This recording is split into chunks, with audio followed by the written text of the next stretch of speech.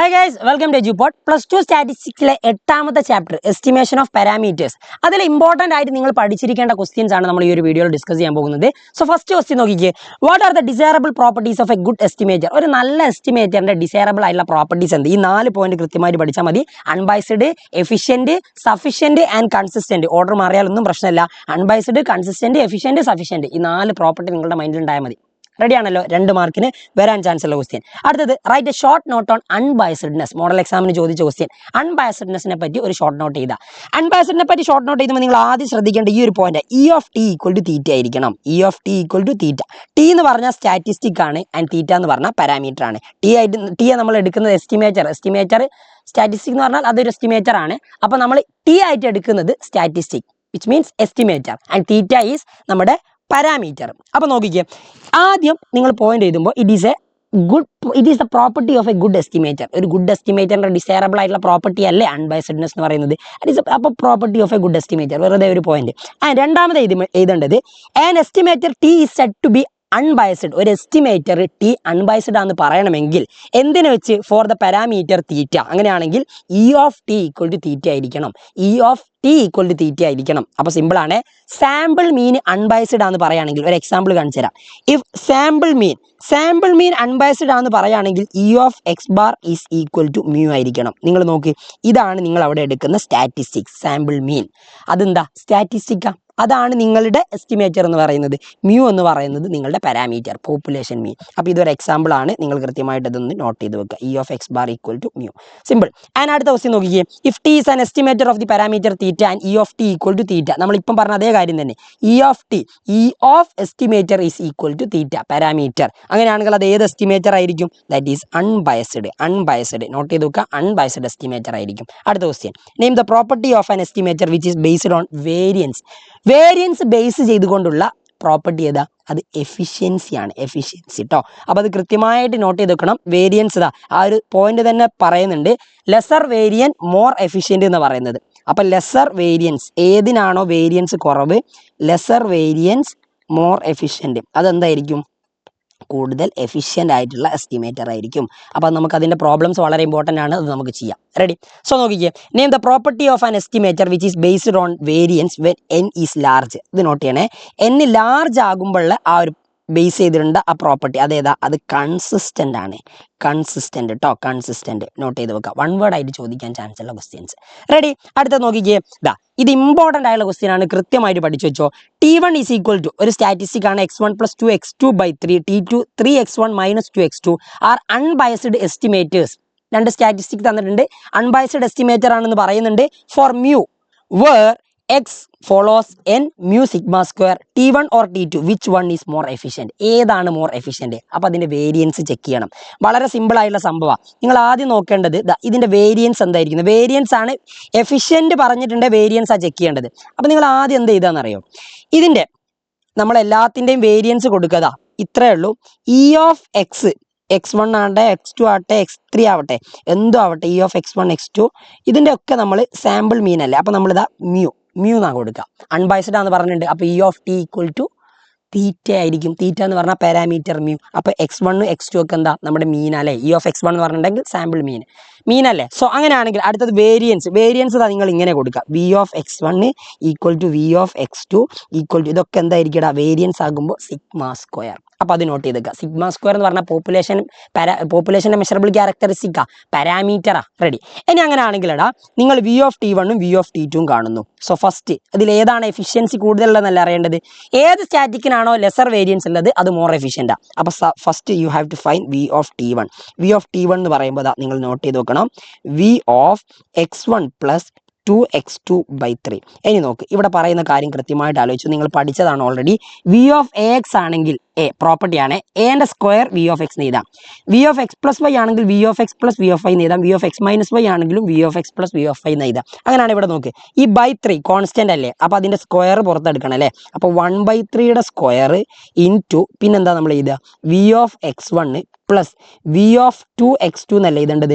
ഇതൊന്നുകൂടി simple ആക്കിയിട്ടുണ്ടെങ്കിൽ 1/9 into V of x1 എന്ന് പറഞ്ഞിട്ടുണ്ടെങ്കിൽ sigma square plus V of 2x2 എടാ 2ന്റെ സ്ക്വയർ ആയിട്ടാണ് പുറത്ത് വരിക, അപ്പോൾ 4 വരും. And V of X two എന്ന് പറഞ്ഞാൽ എന്താ സിഗ്മ സ്ക്വയർ. അപ്പോൾ നിങ്ങളുടെ ആൻസർ എന്താ sigma square plus 4 sigma square 5. അപ്പോൾ നിങ്ങളുടെ answer 5 sigma square divided by 9. അപ്പോൾ ഇതാണ് നിങ്ങളുടെ അതിൻ്റെ ആൻസർ വരുന്നത്. സിമ്പിളാ, ഒരു ബുദ്ധിമുട്ടുമില്ല. അപ്പോൾ വി ഓഫ് T1 കിട്ടി, വി ഓഫ് T1 കിട്ടിയ. ഇനി വി ഓഫ് T2 അല്ലേ വേണ്ടത്. വി ഓഫ് T2 നോക്കിയേ നിങ്ങൾ, എന്താ അവിടെ തന്നതിൽ 3x1 മൈനസ് 2x2. അപ്പോൾ അതാ നോക്ക് 3x1 മൈനസ് 2x2. അപ്പോൾ അതാ 3x1 മൈനസ് 2x2 എങ്ങനെ എഴുതൂടാ, ഈസിയാ. നോക്കിക്കോ 3 കോൺസ്റ്റന്റ് അല്ലേ, അപ്പോൾ അതാ വി ഓഫ് 3x1 മൈനസ് വന്നാലും നമ്മൾ പ്ലസ് ചെയ്തു എന്നല്ലേ പറഞ്ഞത്. വി ഓഫ് 2x2 നോക്കിക്കോ, കോൺസ്റ്റന്റിന്റെ സ്ക്വയർ എടുക്കുക. അപ്പോൾ 3ന്റെ സ്ക്വയർ എടുത്താൽ 9, അപ്പോൾ 9 വി ഓഫ് x1 പ്ലസ് 2ന്റെ സ്ക്വയർ 4 വി ഓഫ് x2 എന്ന് എഴുതുക. അങ്ങനെയാണ് 9 വി ഓഫ് x1 നമ്മൾ കൊടുത്ത sigma square 9 sigma square plus 4 sigma square. എടാ ഇത് എത്ര ടോട്ടൽ കിട്ടുന്നത് 13 സിഗ്മ സ്ക്വയർ. ഏതാ നോക്ക് ഏറ്റവും ചെറുത്, വി ഓഫ് T1 ആണോ V of T2? V of T1 5/9 ഉള്ളൂ. അപ്പോൾ അതാ നിങ്ങൾ ആൻസർ കൺക്ലൂഡ് ചെയ്യുക, വി ഓഫ് T1 എന്താ less than that of V of T2.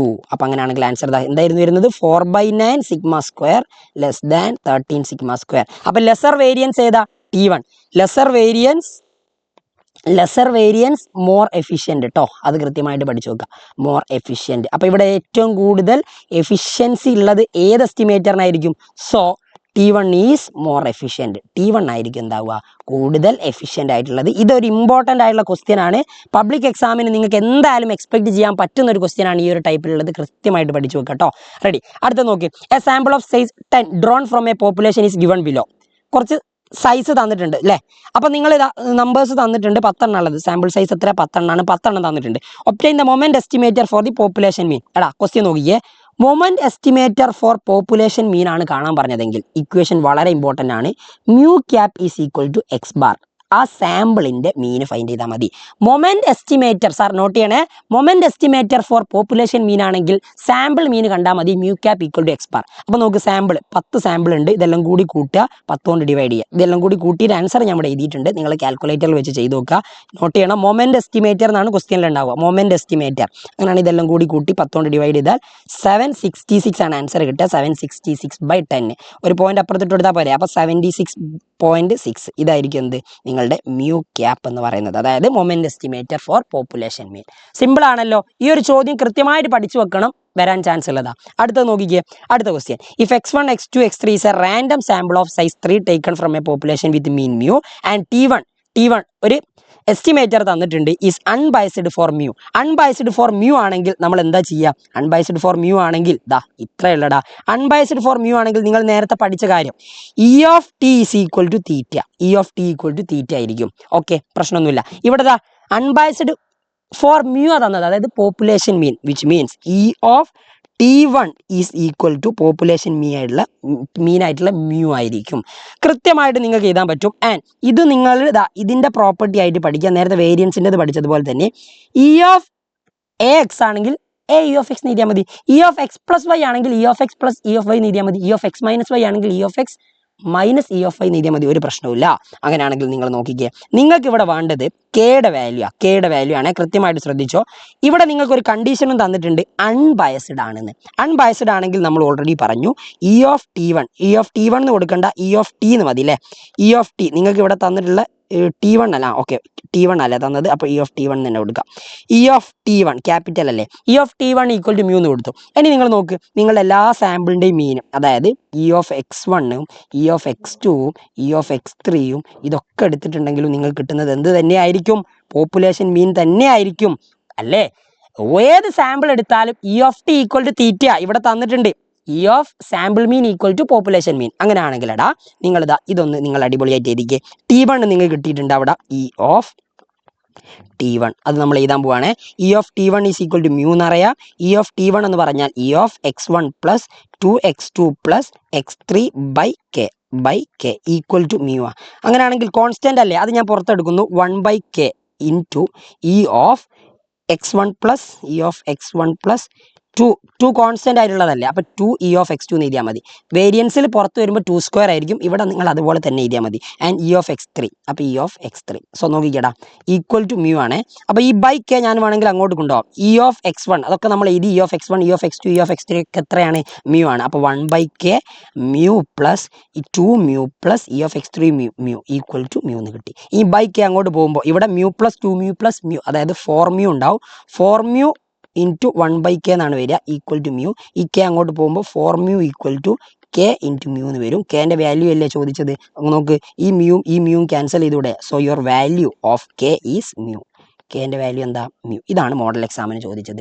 ഇതേപോലുള്ള ക്വസ്റ്റ്യൻ പബ്ലിക് എക്സാമിനും ചോദിക്കാം. അപ്പോൾ കൃത്യമായിട്ട് പഠിച്ചു വെക്കുക. റെഡി ആണല്ലോ? സിമ്പിൾ ആയിട്ടുള്ള ചാപ്റ്റർ ആണ്. ഈ ചോദ്യങ്ങളൊക്കെ എന്തായാലും പഠിച്ചിരിക്കണം. എക്സാമിന് നിങ്ങൾക്ക് ഷോർട്ടാണ്. അപ്പോൾ വളരെ അടിപൊളിയായിട്ട് പഠിക്കുക. വീണ്ടും നല്ല വീഡിയോസുമായിട്ട് കാണാം. വീഡിയോ നിങ്ങൾക്ക് യൂസ്ഫുൾ ആയെന്ന് തോന്നുന്നുണ്ടെങ്കിൽ ലൈക്ക് ചെയ്യുക. സബ്സ്ക്രൈബ് ചെയ്തിട്ടില്ലെങ്കിൽ സബ്സ്ക്രൈബ് ചെയ്യാൻ നിങ്ങളുടെ ഫ്രണ്ട്സിനൊക്കെ ഷെയർ ചെയ്ത് കൊടുത്തു, അവരൊക്കെ പഠിക്കട്ടെ. വീണ്ടും കാണാം. Until then bye bye.